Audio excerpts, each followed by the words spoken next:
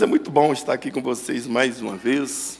Eu quero falar de um tema que eu acho muito propício para o nosso tempo, para a nossa época, não só direcionado para a família ou para a igreja, mas praticamente para o geral. E falar sobre, já está ali, né? Restauração. E aí a gente escolheu lá o Salmo 80, versículo 19, né? Muito claro aí para nós. Quando fala, vamos ficar de pé só para ler esse versículo, depois vocês sentam. Vou ler só esse versículo, depois a gente caminha um pouquinho mais. Salmo 80, 19, quando diz aqui para nós: restaura-nos, ó Senhor, Deus dos exércitos, faz resplandecer sobre nós o teu rosto, para que sejamos salvos. Mais uma vez, todo mundo junto, vamos lá? 1, 2, 3, restaura-nos, ó Senhor, Deus dos exércitos, faze resplandecer sobre nós o teu rosto, para que sejamos salvos.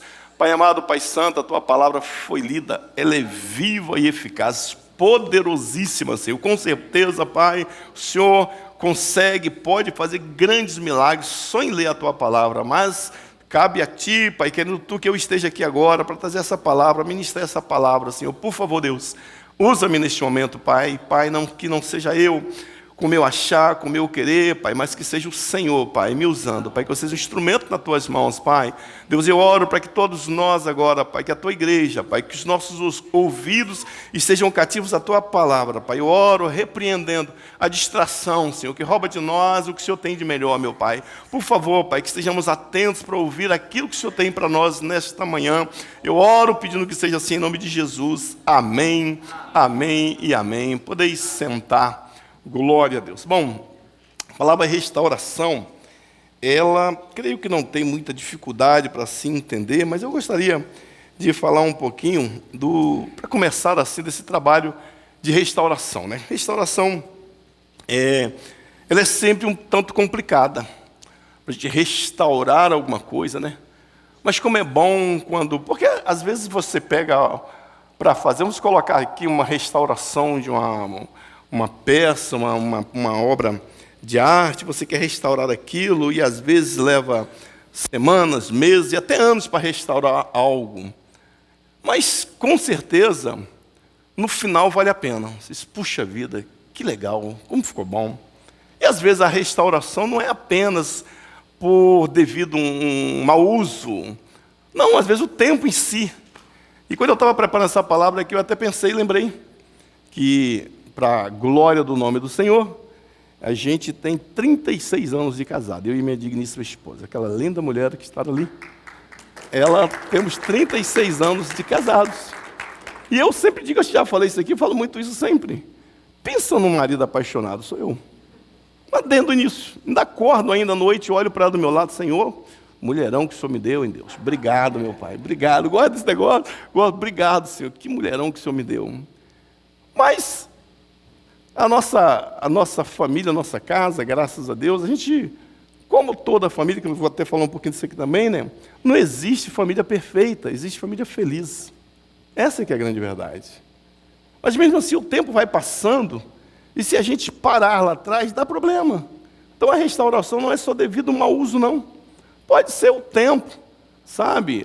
Vai sol, chuva, vai ficando lá e vai acontecendo alguma coisa, você precisa, então é restaurada na coisa, sabe, viver de uma forma diferente. Então, essa questão da restauração, ela é muito importante, dependendo de qualquer coisa, mas a gente sabe também que a família, um projeto de Deus, Satanás vem agindo e atacando demais as famílias, e como é bom a gente olhar e dizer, puxa vida, eu preciso restaurar a minha família. Tem famílias, como eu disse aqui, a gente, graças a Deus, nunca enfrentamos problemas grandes na nossa casa, mas existem famílias que precisam realmente de restauração. Dizer, puxa vida, eu preciso restaurar a minha casa, eu preciso restaurar a minha família, eu preciso mudar essa história. E uma coisa que eu posso garantir, como eu disse, é um pouco complicado a questão da restauração, porque às vezes precisa de ferramentas delicadas, especiais, algumas restaurações precisam se usar até luva para o negócio ficar bem direitinho, para aquilo depois voltar a ter as suas características originais, mas sempre vai valer a pena. Quem gosta, eu me lembro, no Brasil, não sei se aqui também acho que deve ter isso, o povo aqui é apaixonado por carro, né? Tem gente que pega aqueles carrinhos velhos, né? Eu só não tenho, eu nasci em 66, né? Eu só não tenho um Fusquinha 66, porque ela disse que eu vou arrumar problema para a minha vida. Nada de arrumar um Fusquinha 66 para você, que vai ser problema para você. Esquece o negócio de carro velho. Mas tem gente que gosta de pegar aquele carrinho velho, começa a restaurar aquele negócio, botar bonitinho na garagem. O cara ele anda 10 quilômetros e passa 10 minutos consertando os problemas. Ele está feliz com aquele negócio. Mas ele está feliz com aquele negócio, ele gosta daquele negócio. Isso é bacana, isso é bom. E aí... mas a gente vê aqui que mesmo com toda essa dificuldade, esse trabalheiro que dá, vale a pena a gente restaurar algo e colocar lá na garagem. Puxa vida, restaurei essa peça, que bom. Às vezes a gente vai até um pouquinho mais além, né? Eu acredito que não só... Eu já tive roupa, gente, camisa, ou calça, assim, que ficou comigo 10, 15 anos, porque eu gostava daquele negócio. Pô, rasgou aqui, vamos dar uma costuradinha, vamos restaurar esse negócio aqui? Vamos restaurar, que vale a pena ter esse negócio? Eu gostei desse negócio, é bom. Então, gente... E o que eu quero falar daqui hoje é que a sua família, ela é muito preciosa aos olhos do Senhor. Então, se vale a pena a gente restaurar algo material, algo que vai ficar aqui, porque uma grande verdade é, eu posso restaurar um carro e ele pode valer milhões, mas quando eu subir para a eternidade, eu não vou levar esse carro comigo. Eu não vou levar esse carro comigo. A única coisa que eu posso levar comigo para a eternidade é minha esposa e minhas filhas. É a minha família, é a tua família. Então, vale muito a pena você restaurar a sua família para que ela esteja na eternidade com você. Então, é muito importante. E a sua família, ela é preciosa demais para o Senhor. E falando em família, né? Na Bíblia, a gente vê números de histórias de restauração que Deus promoveu na vida de algumas famílias, na palavra, lá no Antigo Testamento, até no Novo Testamento. Tem muitas famílias. E eu peguei aqui, por falar até de não ser só uma questão de erros ou de falhas, eu peguei 2 famílias para a gente falar um pouquinho rapidamente sobre elas, depois a gente entra mais no contexto da mensagem. Eu peguei a família de primeiro Jó. Pensa, quando eu falo de Jó, me mexe um pouquinho comigo, porque o testemunho que Deus deu de Jó foi tremendo, né? Visto lá na terra, um homem íntegro, né, Mauro? Íntegro, fiel, rapaz, eu penso, o que Deus está falando de Elias para Satanás? Como é que Deus está falando de Elias para Satanás? Pensa, gente, esse negócio. Deus chega para Satanás, vixe lá na terra, homem íntegro, temente, fiel. Falei, rapaz, como que Deus fala lá? E a gente sabe que mesmo Jó sendo esse homem íntegro, temente, fiel ao Senhor, veio o quê? Uma turbulência na vida dele. Mas veio com força, viu?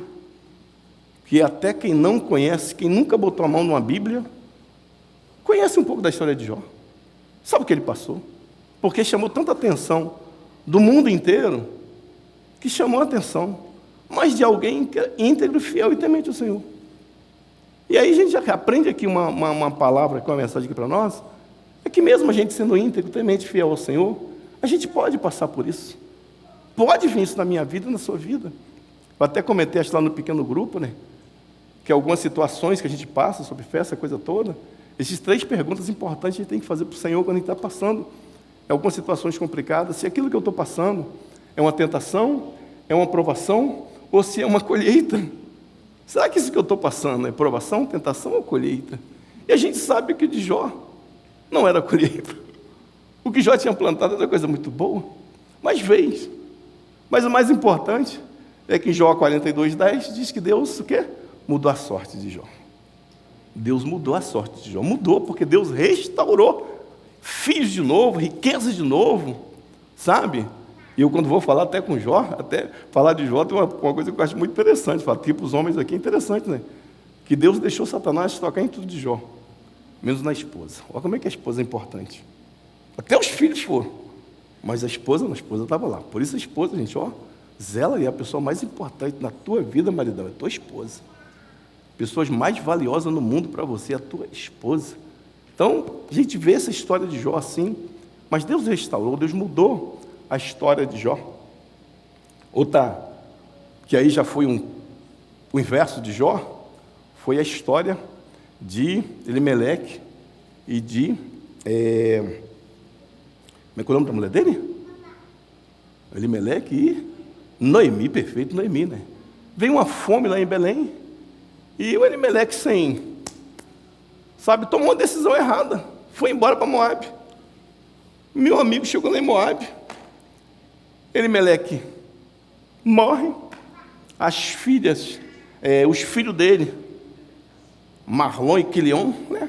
O nome mais difícil, lembrei. Casou com foi lá e casou lá com Ruth e Órfão, e dias depois, veio também e morreram. Os 2 filhos, às vezes por uma decisão errada nossa, que a gente não ora, a gente acaba perdendo, sabe? Morreram também. E é interessante que, naquele turbilhão que Noemi estava vivendo, Deus mandou uma palavra, não sei como, mas ela ficou sabendo que agora tinha pão na casa do pão. Belém tinha voltado a ter pão. E aí ela resolve voltar. E quando ela volta, o que acontece? Todo mundo conhece a história, o povo aqui é bom de Bíblia, né? Até que falou o nome de Noemi para mim ali, me ajudou, glória a Deus. E aí quando ela está voltando, no meio do caminho, né, ela fala: meninas, voltam. Ruth, volta, porque eu não tenho mais nada. Ainda que eu tivesse filho, não ia dar tempo para isso, mas Ruth resolveu continuar com ela. Não vou voltar. E quando ela chega em Belém, ela chega e diz: olha, não me chame mais de Noemi, que significa doçura, mas me chame de Mara, amarga, porque eu saí daqui da abençoada e estou voltando amarga. Mas mesmo que a sua vida hoje talvez esteja parecido com a de Noemi, amarga, Deus vai voltar e tornar ela doce novamente. Pode ter certeza disso. Porque a família dela é restaurada. Restaurada a tal ponto que Ruth entra onde? Genealogia de Jesus. Coisa interessante, né? Então foi restaurada. Então esse Deus, Ele é o mesmo, Ele não mudou. Ele pode restaurar a sua casa, restaurar a sua família, com certeza. E Deus, Ele é especialista em restaurar lares quebrados. Deus, Ele é especialista. E a gente pegou esse Salmo 80 e queria falar um pouquinho, sabe, até do contexto desse Salmo. O pastor Abraão já até me ajudou aqui um pouquinho. Quem escreveu o Salmo 80 foi o Asaf. Ele era um dos principais levitas e músicos lá do templo. Era o Asaf. E muitos salmos de Asaf, eles foram escritos literalmente em tempos de crise. Ele escrevia esses salmos em tempos de crise. Um salmo mais conhecido dele por quase todo mundo é o 73, né? Quando ele faz um desabafo com Deus. Ele reclama para Deus: olha, Deus, os ímpios estão prosperando, tem saúde, tem riqueza, e eu estou aqui, não sei nem se eu posso falar numa palavra de um bom carioca, me lascando. Estou aqui me ferrando. Olha aí, Deus, esse negócio. Mas lá no final Deus fala com ele tremendamente, ele entende. Mas normalmente o Salmo de Asaf era escrito num contexto desse, de crise, de problema, dificuldade, literalmente.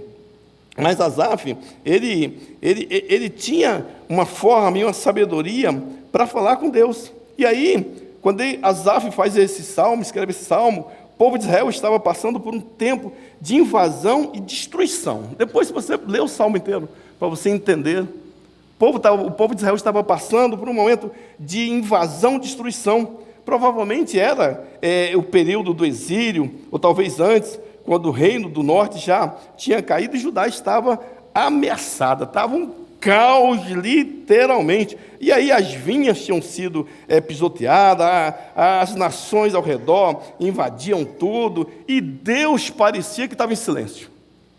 Parecia que, estava um caos, o inimigo estava atacando, estava destruindo tudo, e parecia que Deus estava, quietinho na dele.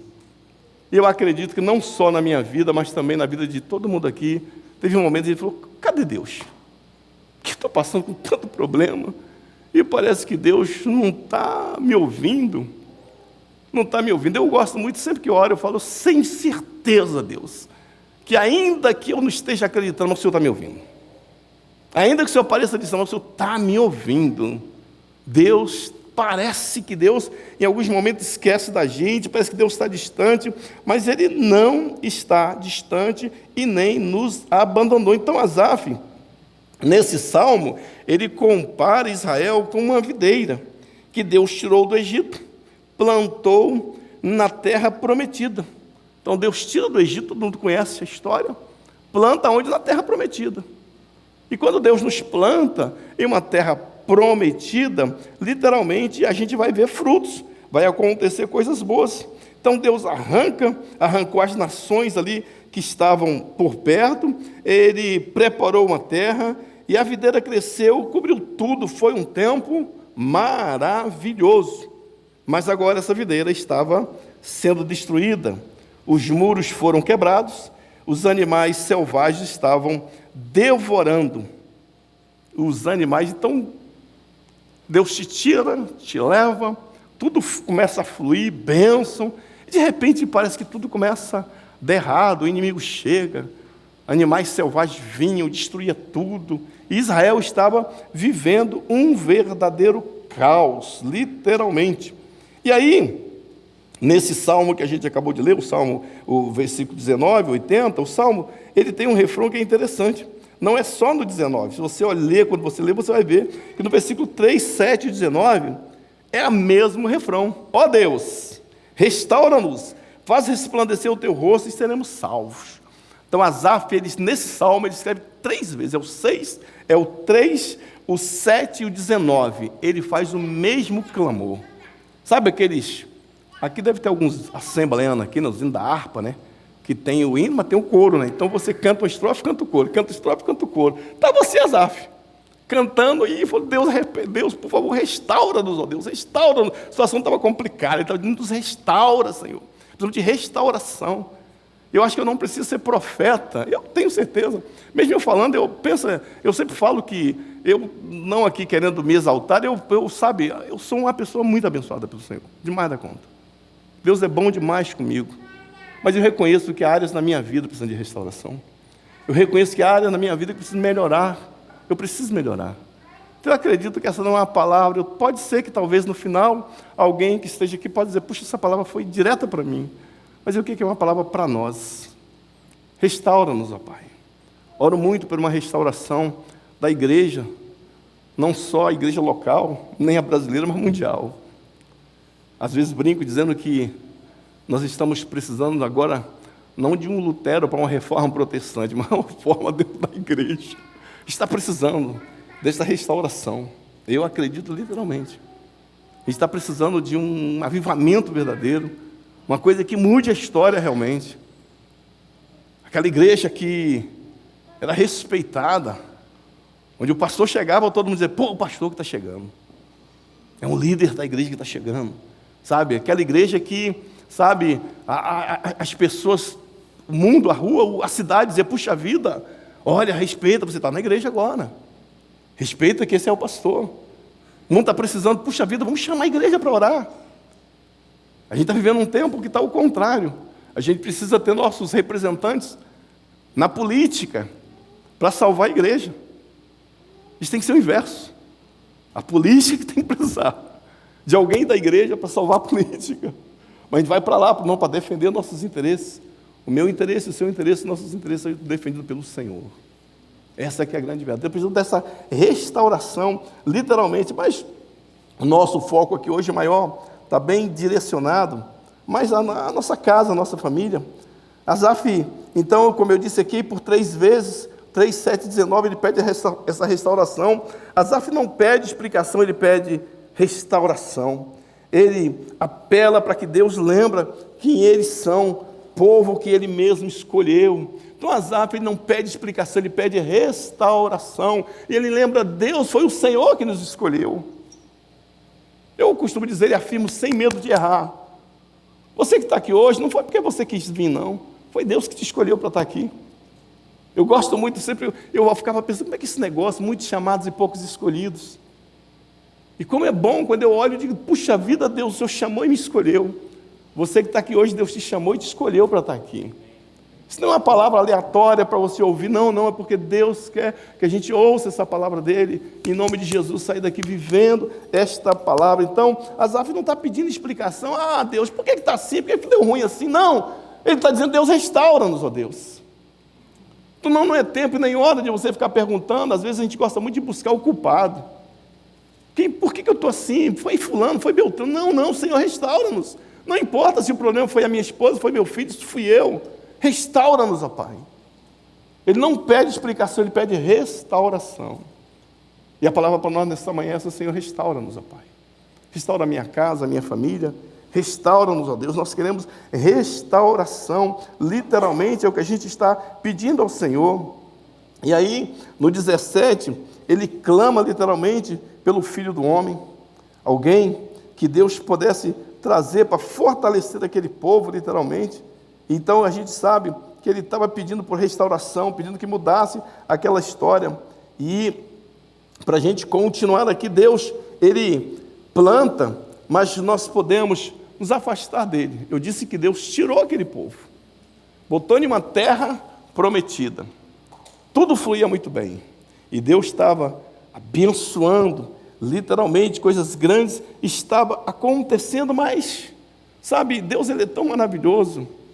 Eu até costumo dizer que Deus, ele deu para nós um livre-arbítrio e deu assim uma liberdade tão grande.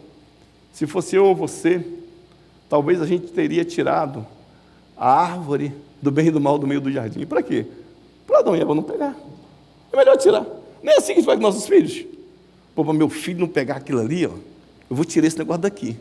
É melhor, ainda fala, a gente usa ainda a Bíblia, é melhor vigiar, vigilância. Deus não, Deus deixou a árvore lá.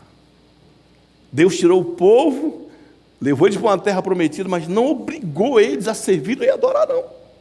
Eu quero que vocês façam isso, mas vocês não são obrigados a fazer isso. Eu quero que vocês saibam, a gente sabe literalmente, quando você serve, busca o Senhor, tudo vai ser diferente. E a gente, como eu disse aqui, Deus planta, mas nós podemos nos afastar. E a videira, ela só dá fruto, gente, quando está em Deus, quando está no Senhor.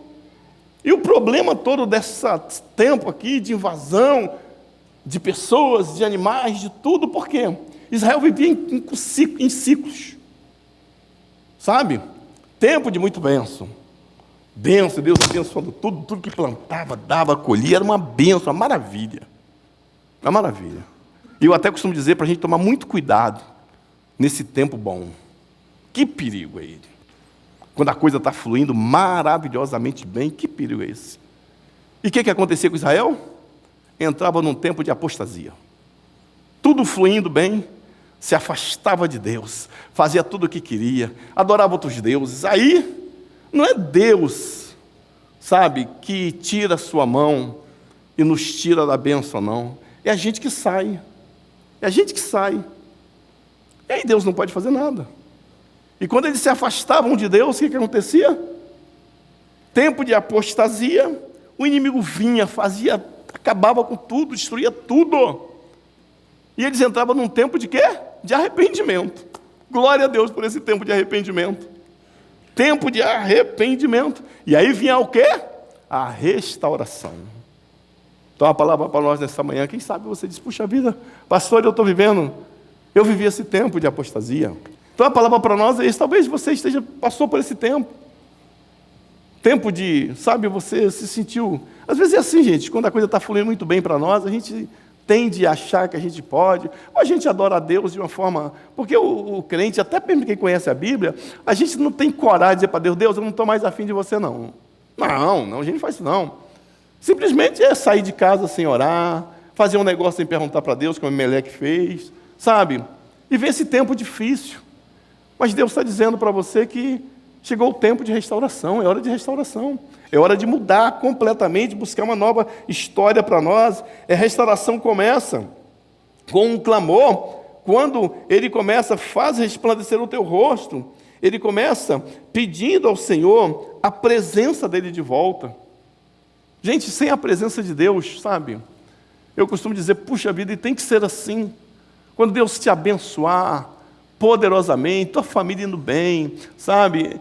Às vezes, quando eu vou orar, eu falo muito com Deus, Deus, não deixa eu orar, porque tem alguém na minha casa doente, estou precisando de cura.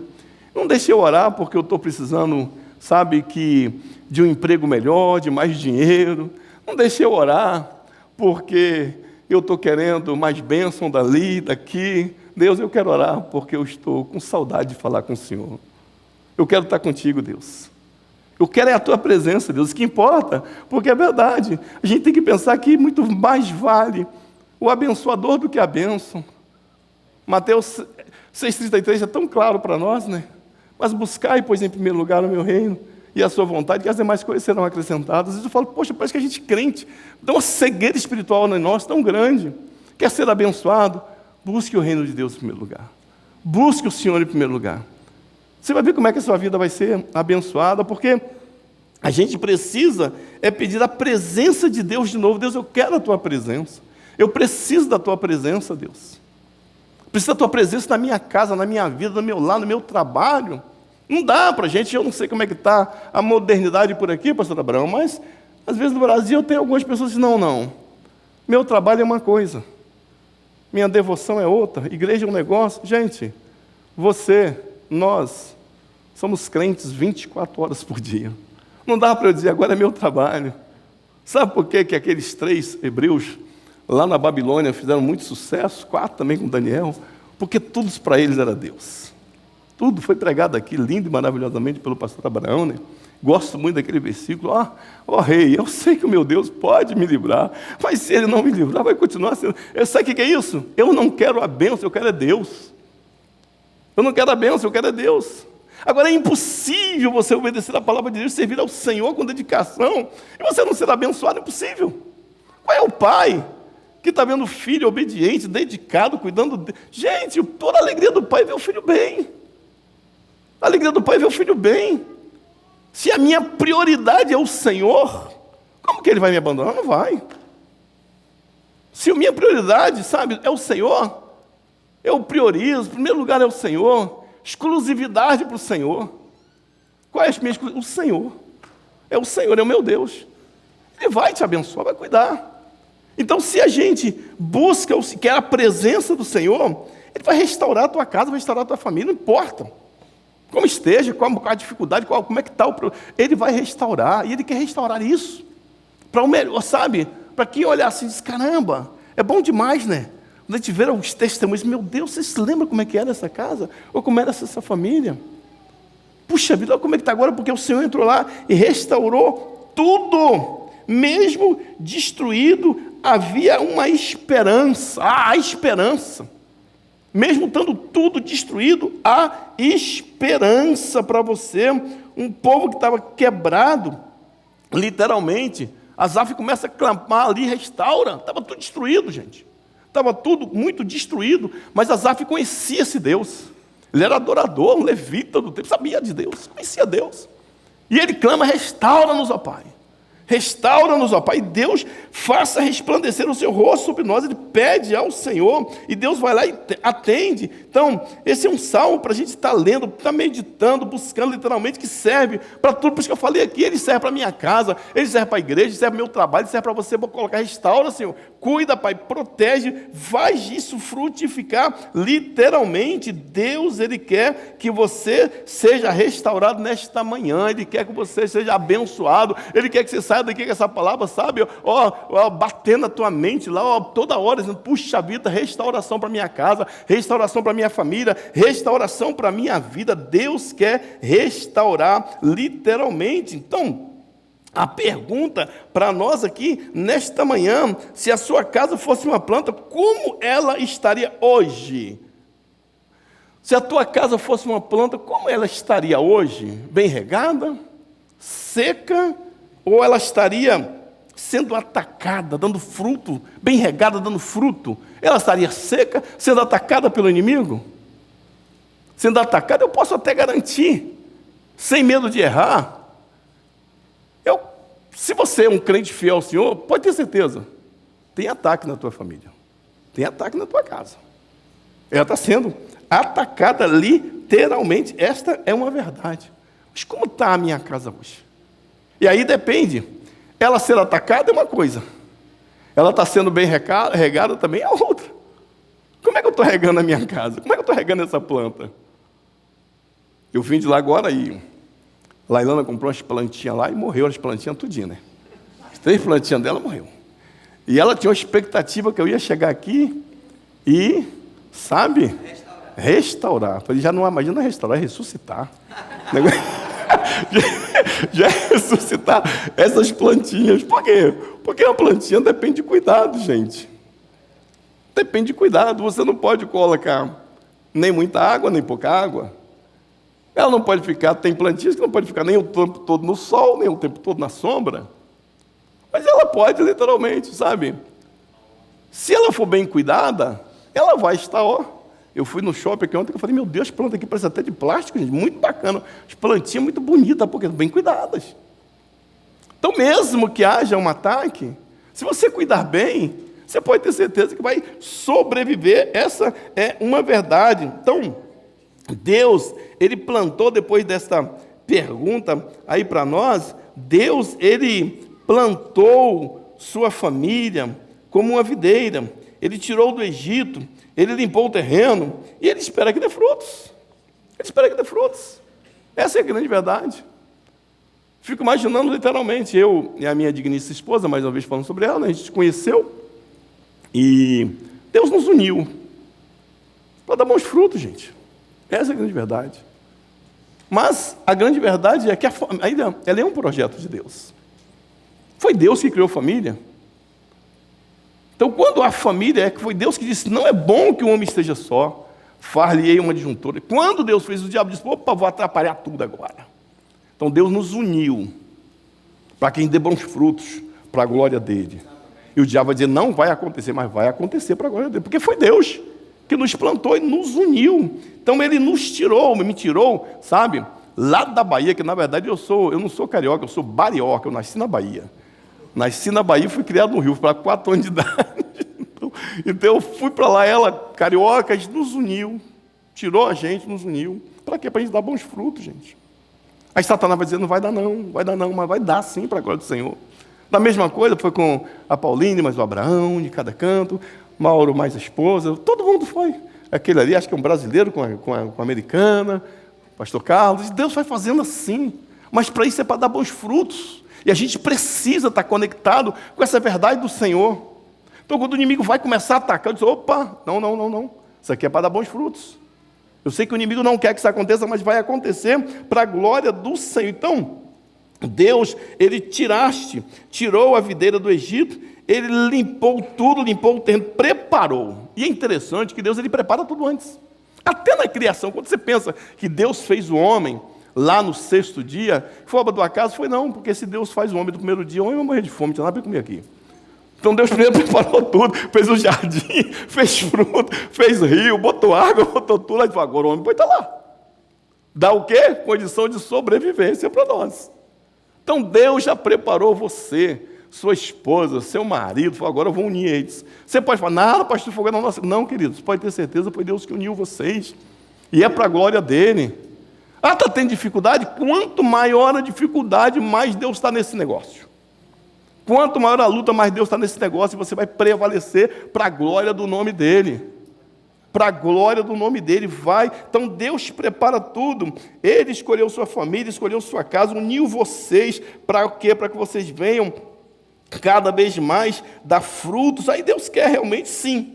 Quando Deus nos une, nos planta, por um grande propósito, o inimigo vem tentando destruir tudo. E aí cabe a nós. Como eu disse aqui, tem luta, gente, tem dificuldades. Tirar aquilo que não serve. Cabe a nós olhar e dizer, pô, isso aqui não serve. E o inimigo vai colocando. Hoje, nos tempos de hoje, a gente está vivendo um tempo muito de não tem nada a ver. Muito cuidado com esse não tem nada a ver. Muito cuidado com isso. Muito cuidado. Vai deixando entrar as coisinhas e as coisas vai se complicando. E Deus quer limpar a nossa casa. Eu estava até na igreja pregando uma vez e falei sobre alguns tipos de vícios e jamais imaginava que tinha vícios no meio da igreja que eu falei, meu Deus, não acredito no negócio. Vi até aí agora na Copa, então agora foi me falar sobre a tal das bets, que só pode, eu via lá até com comercial só com 18 anos de idade, mas quando eu fui ver, gente, tem gente até na igreja viciado naquele negócio que é terrível. Eu falei, meu Deus, que é isso, meu pai? Pessoas, sabe, gastando dinheiro, jogando fora, perdendo família por causa daquele negócio. Deus quer limpar, não sei porque você... Às vezes eu preparo uma mensagem, essas coisas, gente, não está na minha mente na hora que eu estou preparando, mas Deus está falando que eu estou falando. De repente pode ter alguém aqui no nosso meio viciado num negócio desse. E Deus quer limpar isso da tua casa, Deus quer limpar isso da tua família. Por que gastais o dinheiro naquilo que não é pão? Então Deus quer limpar, Deus quer mudar toda a história, Deus quer tirar da nossa casa, sabe? Limpar as mágoas. Gente, como o inimigo usa isso dentro da nossa família, da nossa casa? Mágoas que vai ficando, vai ficando. Eu li uma história, essa semana, eu falei, na hora eu olhei assim, claro que quero crer em nome de Jesus, que não tem nada parecido com isso aqui. Uma família lá, acho que um bandido lá, acho que matou o filho de matou um menino lá de 11 anos, e a polícia pegou o camarada e prendeu ele por 22 anos. Ele ficou preso por 22 anos. No dia que ele ganhou aquela saidinha assim, sabe aquela que dão aquela saidinha, coisa e tal, o bandido, 2 horas depois que ele estava lá fora, encheram ele de tiro, mataram ele. Eu falei, meu Deus, essa pessoa guardou isso no coração por 22 anos. Claro que é um crime bárbaro, eu sei que é. E creio que não tem nada aqui parecido com isso, em nome de Jesus. Mas às vezes é coisa menor, a gente está guardando uma mágoa dentro de casa, com a esposa, com o marido, em nome de Jesus. Deus quer limpar esse terreno hoje, quer tirar isso. Deus quer tirar, Deus quer limpar literalmente, para que você possa viver, porque a gente sabe que isso prejudica tanto a nossa vida espiritual quanto a física. Traz doença, traz dor, você não consegue, sabe, raciocinar direito. Isso traz literalmente doença para o nosso físico, a gente precisa repreender isso. A gente precisa limpar o quê? As influências ruins. Para trazer coisa. Hoje em dia, então, meu pai, antigamente, a gente falava com as esposas, né? Cuidado com as conversas com a vizinha. Aqui, apesar que aqui não tem negócio de conversar com o vizinho, não, né? Aqui é cada um dentro de casa, e não tem esse papo de... A pessoa nem conhece o vizinho aqui. Nem conhece o vizinho, né? Mas eu estou falando com um público maior, a maioria aqui é todo brasileiro, né? Então eu falo, cuidado com a conversa com a vizinha, cuidado que... Hoje não. A vizinha, você nem precisa na casa da vizinha, não precisa a vizinha vir na sua. A influência hoje está pela internet. Influenciando demais. Em nome de Jesus, eu quero estar pregando para um público que você não vai ser influenciado, você vai ser um influenciador em nome de Jesus. O mundo precisa olhar para nós, eu quero ser como a igreja do pastor Abraão, eu quero ser como aquele irmão, eu quero ser como eles, sabe? A gente que precisa estar influenciando e não ser influenciados. Muita influência dentro da nossa casa e a gente achando que não tem nada a ver. Somos um povo de propriedade exclusiva de Deus, separado para Ele. Oh, eu sou propriedade exclusiva de Deus. Já tive uma situação de alguém que foi querer mexer comigo, querer me bater, eu parava na frente dela e dizia, não toque em mim, eu sou propriedade exclusiva de Deus. Ainda fiquei com a mão para trás ainda. E não toque em mim, eu sou propriedade exclusiva de Deus. Se tocar em mim, você pode arrumar problema. Meu irmão, você tem que ter essa confiança. Você é de propriedade exclusiva de Deus. Então o mundo não pode te influenciar, você que tem que influenciar esse mundo. A tua casa tem que ser influenciada pela palavra de Deus, pelo Senhor. A tua casa tem que ser influenciada pelo Senhor. Vocês precisam crescer nesse espaço de família. Crescer com o problema nosso todo hoje, que parece que a nossa mente está muito focada nas coisas materiais. Para esse mundo, vou crescer como? Trocando de carro todo ano. E para uma casa maior, não, você tem que crescer em Deus. Cresça no Senhor. Puxa vida, ano passado eu li a Bíblia toda em 12 meses. Esse ano eu quero ler em 6 meses. Ano passado eu tinha um foco de orar 10 minutos. Esse ano eu quero orar 20 minutos no mínimo. Cresça no Senhor. Amém. Ano passado a minha fé ficava oscilando para lá e para cá. Eu estou mais firme no Senhor. Eu estou mais crendo no Senhor. Cresça no Senhor. Amém. Cresça em Deus. Tua casa tem que crescer no Senhor. Tem que crescer no Senhor. Então você precisa... Deus restaura a minha casa, restaura a minha vida, restaura a minha família, Senhor. Eu quero crescer literalmente em Ti, meu Senhor. Deus escolheu sua família. Ele uniu vocês. Então, o que precisa de restauração? Qual o terreno da tua casa que precisa ser limpo? Sabe? O que precisa ser mudado na tua casa? Talvez a reclamação, a gente reclama demais. Passei uns 3 meses pregando na igreja sobre contentamento.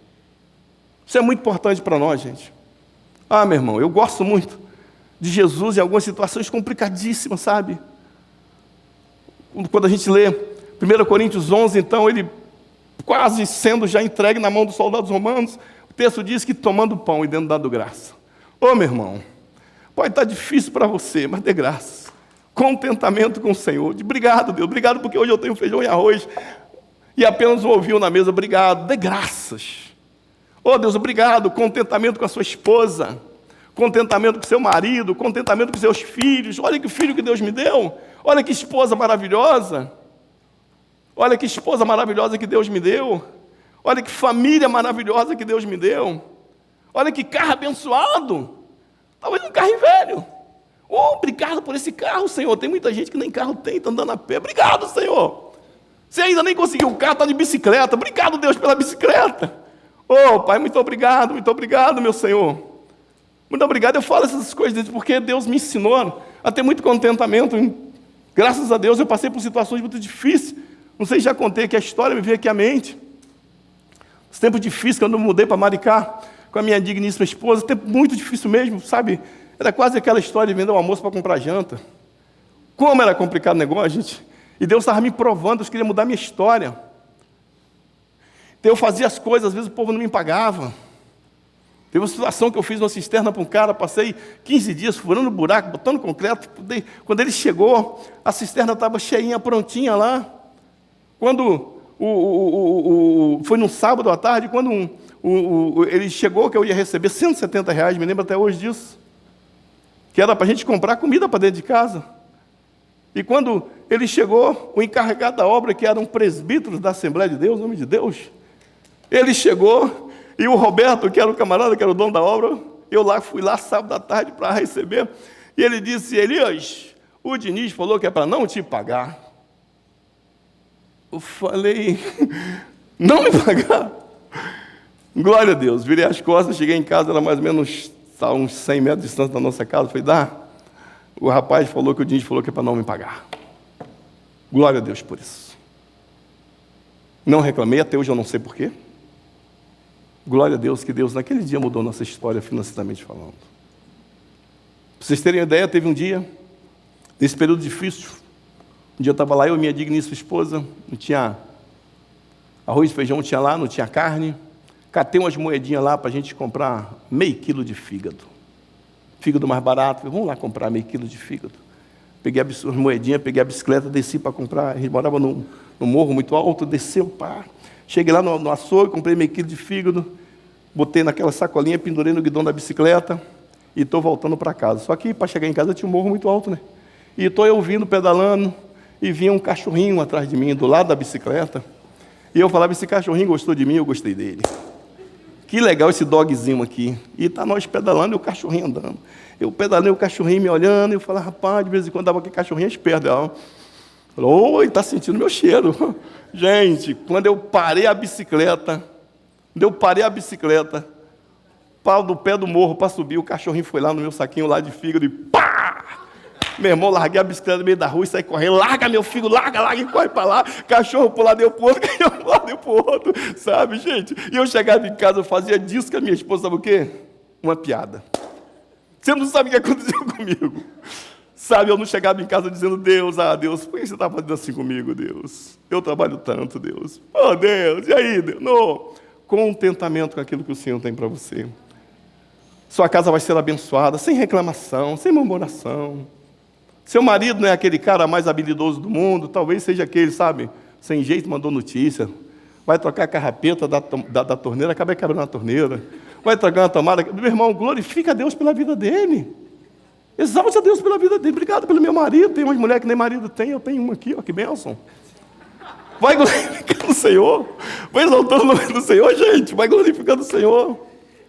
Se a tua esposa não é aquela cozinheira, sabe, de altíssimo nível, glória a Deus, tem uma arrozinho aqui. Meu arrozinho está meio salgado, mas ela deixou o feijão um pouquinho sem sal. Mistura os dois, glória a Deus por isso. Vai glorificando, vai exaltando o nome do Senhor, gente. Sem reclamação, vai glorificando. Para de murmurar, para. Deus quer restaurar isso. Restaurar suas finanças. Para de falar esse negócio, só ganha esse pouquinho. Sabe, eu até falei para alguns irmãos: Deus foi muito bom comigo. Eu consegui, mesmo diante de tantas lutas, eu consegui ser um vencedor no Brasil, trabalhando no Brasil. Vocês vieram para cá, né? Alguns estão aqui. Sabe, recebeu o teu salário. Dê graça, Pai, obrigado. Oh, Deus, eu poderia estar ganhando muito mais. Mas o Senhor me deu isso aqui, tem gente que nem isso aqui tem. Obrigado, Pai. Ah, Deus, não vai dar para fechar no final do mês? Ô, irmão, se fechar com tudo que você tem, não é milagre. Tem que ter milagre, tem que ter milagre para contar. Caramba, esse mês só tinha tanto, mulher, como é que a gente fechou o mês? Aí você vai glorificar o nome do Senhor. Você vai glorificar o nome do Senhor. Sabe por que o maná, eu aprendi isso há pouco tempo, gostei muito dessa história, falei, que legal esse negócio. Sabe por que o maná caía todo dia e se quem levasse para dentro da tenda apodrecia? Perdia? É porque, sabe, se você conseguisse colocar dentro da casa dele, que os hebreus conseguissem colocar lá dentro para comer uma semana, ficava uma semana sem vir cá fora ver a presença de Deus. Ele tinha que todo dia vir cá e dizer, Deus está descendo, Deus está descendo. Aí Jesus vem cá, lá na oração do Pai Nosso, diz, pão nosso de cada dia. Quando você agradece pelo pão nosso de cada dia, sem saber o que vai acontecer amanhã, o amanhã pertence ao Senhor, você vai ter uma despensa farta para a glória dele. Sem reclamação, Deus vai tratar suas finanças, Deus vai cuidar das suas finanças, vai ser ricamente abençoado para a glória do Senhor e para a gente passar para frente o perdão. Perdoe, gente, perdoe. Que esse negócio de eu preciso sentir. Que sentir? É decisão, decidir perdoar. Eu decidi perdoar, não tem que negociar. Quando eu sentir, você não sabe o que ele fez comigo e nem quero saber, eu só sei que você precisa perdoar. Sei que você precisa perdoar. Pronto, precisa perdoar. Então é isso que a gente precisa que é para ter nossa casa abençoada. Nos versículos 12 e 13, já para me continuar aqui para o final, que a minha 12 e 13, diz assim, porque derrubaste os seus muros, os javalis do bosque o devoram. Diz assim o versículo, eu botei até numa versão aqui bem legal para nós, assim, ó, Senhor, porque derrubou os muros que protegiam sua vinha? Agora todos os que passam por ela apanham as suas uvas, os javalis da floresta destroem a sua vinha e os animais selvagens a devoram. Olha a situação que eles estavam, muros derrubados. Quando falam em muro derrubado, vocês conhecem a história lá de Neemias, que ele teve para reconstruir as muralhas lá, porque estava todo mundo entrando, fazendo bagunça, literalmente. Muro serve para quê? Muro serve para delimitar ali um limite, muro serve de proteção, sabe? Para impedir que pessoas e animais indesejáveis entrem na tua casa, coisas indesejáveis na tua casa.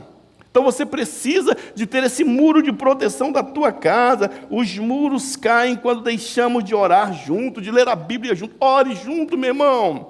Ah, pastor, você não sabe como é que é a minha esposa. Gente, a minha também, às vezes eu estou orando, ela fala assim, está orando muito alto, está impedindo eu de orar. É desse jeito. Mas ore juntos, gente. E é verdade.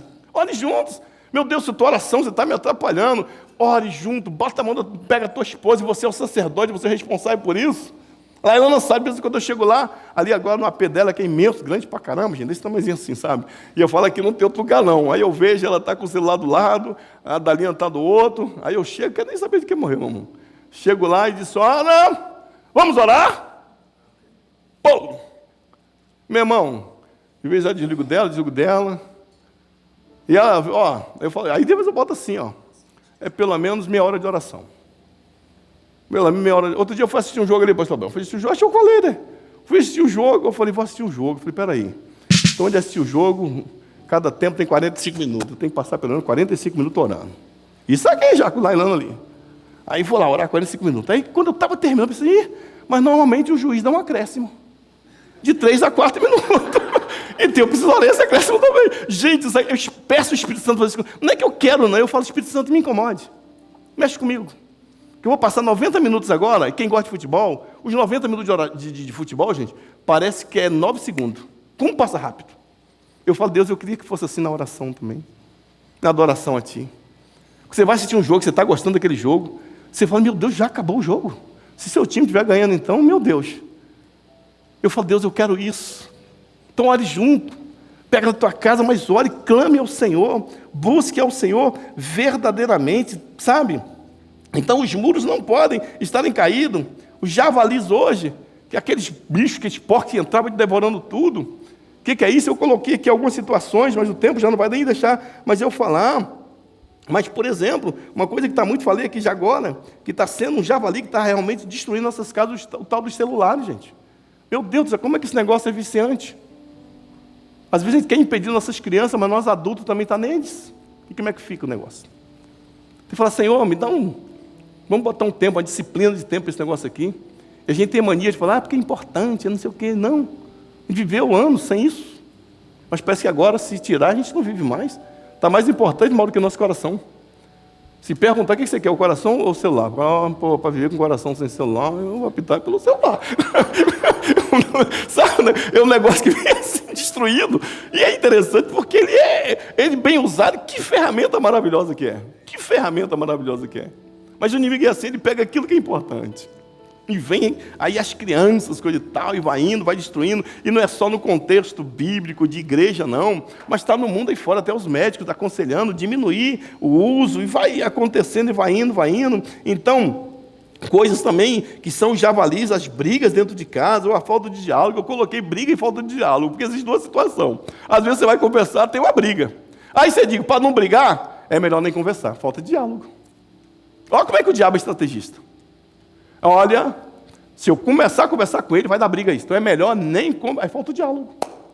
O Senhor está repreendendo isso tudo hoje, em nome de Jesus, para a gente poder viver para a glória do nome dEle. Asaf não dá uma forma, ele clama 3 vezes pela presença de Deus. Então, família restaurada não é família perfeita, é família onde o rosto de Deus resplandece. O rosto de Deus tem que resplandecer na nossa família. Então, creia, mesmo que tudo pareça sem solução, ainda que você esteja enfrentando graves crises na tua casa, na tua família, Deus quer restaurar a tua casa hoje.